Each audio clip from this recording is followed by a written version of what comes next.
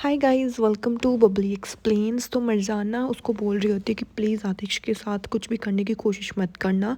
तो वो बोलते हैं कि नहीं, अब मुझे कुछ करना ही होगा। तो वो मरजान के पास जाता है और मरजान के ना मुंह से वो टेप निकाल देता है। तो फिर ना जैसे वो टेप निकालता है ना, तो वो बोलती है कि देखो, जो तुम फील कर रहे हो ना वो मैं समझती हूँ, बट स्टिल ये चीज़ मैं तुम्हें बार बार नहीं एक्सप्लेन करना चाहती और मैं तुम्हें समझाऊँ कैसे, मुझे ये भी समझ नहीं आ रहा है नज़ीर। पर मैं तुम्हें यही बताना चाहती हूँ कि I really don't love you. तुम मेरी बात क्यों नहीं मान रहे हो, और ये कभी भी नहीं होगा कि मैं तुम्हारे करीब आऊँगी, कभी भी नहीं। मैं जस्ट आतिश को चाहती हूँ और मैं आतिश की ही हूँ। देखो ना, मैं तुम्हें प्यार कर सकती हूँ कभी, ना मैं किसी और को। तो तुम इस बात को जल्द से जल्द जितना हो सके ना समझ लो, और इस चीज़ को तुम्हें सच में समझना ही होगा। तो ना फिर नज़ीरा से उससे पूछता है कि तुम मुझे प्यार क्यों नहीं करती, हाँ तुमने मुझसे कभी प्यार क्यों नहीं किया। तो मिर्ज़ाना इतना सुनते ही फिर उसकी तरफ ऐसे देखने लगती है। तो वो बोलते हैं कि तुमने मुझे, पता है, कभी भी नहीं देखा, कभी भी नहीं। इवन तो मैं हमेशा तुम्हारे सामने होता था, फिर भी तुम मुझे इग्नोर कर देती थी। तुम ऐसा क्यों करती थी मिर्ज़ान, क्यों? तो फिर ना मिर्ज़ान उसको फिर से समझाने की कोशिश करती है कि देखो, ऐसे नहीं काम होता। पर तुम प्लीज़ समझने की कोशिश करो कि ऐसे तो सब कुछ ख़राब हो जाएगा। तुम खुद का भी टाइम वेस्ट कर रहे हो, मेरा भी टाइम वेस्ट कर रहे हो, खुद की लाइफ भी ख़राब कर रहे हो, मेरी भी कर रहे हो। तो प्लीज़। तो नज़ीर ना उसकी बात बीच में टाल देता, बोलता है कि मैं सच में ये जानना चाहता हूँ कि उस आदमी में ऐसा क्या है जो मुझ में नहीं है, और वो चीज़ तुम मुझ में नहीं देख पा रही हो। भाई वो बहुत ज़्यादा हैंडसम है। फिर उसके बाद ना वो बोलता है कि मैं हमेशा तुम्हारे साथ खड़ा रहा, मैंने हमेशा तुम्हारी हेल्प करनी चाहिए, मैं हमेशा मतलब तुम्हें खुश देखना चाहता था। इवन वो तुम्हें यहाँ पर बर्बाद करने के लिए आया था, फिर भी तुम उसके प्यार में पड़ गई। ऐसा कैसे हो सकता है मरजान? तुम ऐसा कैसे कर सकती हो? हाँ, क्या तुम्हें वो चीज़ें याद है जब हम छोटे बच्चे थे, जब स्कूल से तुम कभी कभी हमारे घर पर आती थी दीमत के साथ? तो वो चीज़ें तुम्हें याद है क्या? नहीं होगी ना तुम्हें तो याद, पर मुझे याद है। तब जब तुम हमारे घर पर आती थी ना, मैं तुम्हें देखकर बहुत ज़्यादा खुश होता था। तुम्हें पता है, मुझे कुछ समझ भी नहीं आता था, मैं सारा दिन ब्लश करता रहता था और मुझे ऐसे पता ही नहीं, समझ में नहीं आता था कि मैं क्या करूँ, तुम्हें क्या ला कर दूँ ऐसी चीज़ कि तुम्हारे चेहरे की खुशी मैं देख सकूँ। हाय, आई फील फॉर हिम यार। फिर बोलते कि हम इतने छोटे थे जब से मैं तुम्हें पसंद करता हूँ, इतने। और तुम्हें पता है, उस टाइम से मैं तुम्हारे लिए सपने देखता था, दिन में सपने देखता था कि एक ना एक दिन तुम मेरी हो जाओगी और मैं तुमसे शादी करूँगा। ये सपने मैं देखता था। और तुम्हें क्या लगता है कि इतनी देर तक मैं तुमसे प्यार नहीं करता था, ये वैसे ही सब कुछ है? नहीं यार, मेरे को नज़ीर पर अब तरस क्यों आ रहा है भाई। फिर उसके बाद वो बोलता है कि मतलब मैं इतना क्लोज था तुमसे शादी करने के लिए, अगर उस दिन आतिश नहीं आता तो अब तक हम दोनों की शादी हो चुकी होती मरजान, और तुम हमेशा के लिए मेरी हो जाती।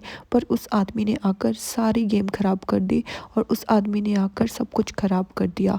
अब मेरे पास कोई भी चांस बचा ही नहीं है, पर तुम्हारे पास अभी भी चांस बचा है। अगर तुम ये सब रोकना चाहती हो, अगर तुम चाहती हो कि वो आदमी खुश रहे हमेशा और उसके साथ कुछ भी ना हो, तो चुपचाप तुम मेरे साथ चलो।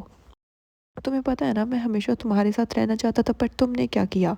तुमने मुझको छोड़ दिया और तुमने उस आदमी को चूज़ कर लिया जो कि तुम्हारा दुश्मन था। फिर भी मैं पूरी दुनिया तुम्हारे कदमों में रखने के लिए तैयार था, फिर भी तुमने मुझे चूज़ नहीं किया। तुमने उस आतिश को चूज़ किया जो तुम्हारी फैमिली को ख़त्म करने आया था, फिर भी तुमने उसको चूज़ किया। क्यों किया ये सब? मेरे को अभी भी समझ नहीं आती। तुमने मुझको कोई भी चांस क्यों नहीं दिया? हाँ, तुमने ऐसा क्यों किया? तो वो ज़ोर से बोलती क्योंकि मैं आतिश को प्यार करती हूँ, इसीलिए इसीलिए मैंने तुम्हें कोई चांस नहीं दिया। तो उसको ना फिर बहुत ज़्यादा गुस्सा आ जाता है। तो ना नज़ीर उसे गुस्से में बोलता है कि नहीं, तुम नहीं करती हो, नहीं करती हो, नहीं करती हो। तुम सिर्फ सोच रही हो कि तुम उसको प्यार करती हो, पर नहीं। देखो, वो सही आदमी नहीं है, मैं तुम्हारे लिए सही आदमी हूँ। और जब तुम्हें ये चीज़ पता चलेगी ना, तब तक तुम मेरी बन चुकी होगी। वो बोलती कि नहीं, इससे अच्छा तो मैं हमेशा के लिए अपने आप को मार ही लूँ, तुम्हारे होने से बजाय। मैं कभी भी तुम्हारी नहीं हो सकूँगी। इवन दो तुम मुझे कहीं भी ले जाओ, किसी भी कोने पर ले जाओ, मुझे बांध के रखो, और जब तब तक बांध के रखो जब तक मैं मर नहीं जाती, पर जो सच है वो सच है, ये कभी भी चेंज नहीं होगा, मैं कभी भी तुमसे प्यार नहीं कर सकती। तो वो बोलता है कि नहीं, नहीं मिर्ज़ान, ये चेंज होगा और इस चीज़ को मैं चेंज करके ही रहूँगा। बस तुम्हारे ना वो प्यार की पट्टी बंधी हुई है, इसीलिए तुम्हें कुछ भी नहीं दिख रहा। वो आदमी, अगर तुम उस आदमी को नहीं छोड़ोगी तो मुझे उस आदमी को धक्के से अब यहाँ से हमेशा के लिए भेजना होगा। और ये तुम्हारी ब्यूटीफुल आईज़ है ना, ये सिर्फ़ मुझे देखेंगी और किसी को नहीं। और वो ना उसको फिर से टच करने लगता है और बोलता है कि तुम्हारी स्टोरी थी ना मरज़ान जो, वो ख़त्म हो चुकी है और अब हमारी स्टोरी स्टार्ट होगी। समझ में आई तुम्हें? वो बोलती है कि मेरे को कुछ फ़र्क नहीं पड़ता, तुम कुछ भी कहो, मेरे को बिल्कुल भी फ़र्क नहीं पड़ता। और मैं कितनी बार तुम्हें एक्सप्लेन करूँ इस चीज़ को कि आई रियली लव आतिश, तो तुम इस चीज़ को समझ क्यों नहीं रहे हो? ना मैं आज के बाद तुम्हें पसंद करूँगी, ना किसी और को, सिर्फ़ आतिश को।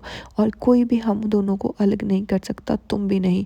तो ना मरज़ान का ना वो ऐसे फेस पकड़ लेता है ज़ोर से और ना वो ज़ोर-ज़ोर से ऐसे बोलने लगता है कि चुप हो जाओ, समझ में आई? चुप हो जाओ। तुम उस आदमी का नाम भी नहीं लोगी अब अपने मुँह से, समझ में आई? और उसकी आँखों में से ना ऐसे गुस्सा नज़र आ रहा होता है और वो अभी भी उसका मुँह पकड़ के ऐसे बैठा होता है। फिर ना वो एकदम से उसका मुँह छोड़ देता है और ना साइड पे आ जाता है। वहाँ पर ना एक छोटी-सी कैंडल जल रही होती है और मर्ज़ान बहुत ज़्यादा से परेशान हो जाती है। तो वो बोलता है कि अगर तुम उसके बिना नहीं रह सकती तो अब उस आतिश को ही यहाँ से जाना होगा, उस आतिश को ही बुझना होगा। इतना कहकर ना वो अपना मतलब टंग से अपने हाथ पर वो थोड़ा थूक लगाता है और वो जो वहाँ पर कैंडल पड़ी होती है ना, उसको बुझा देता है। तो वो बोलता है कि तो मुझे इस आग को बुझाना होगा। इतना कहते ही मतलब मिर्ज़ान की ना आँखें ऐसी फटी की फटी रह जाती है कि ये नज़ीर क्या बोल रहा है। तो बोलता है कि अगर तुम आसानी से मेरी नहीं हो सकती तो मुझे ये सब करना ही होगा और ये सब तुम्हारी वजह से हो रहा है, समझ में आई?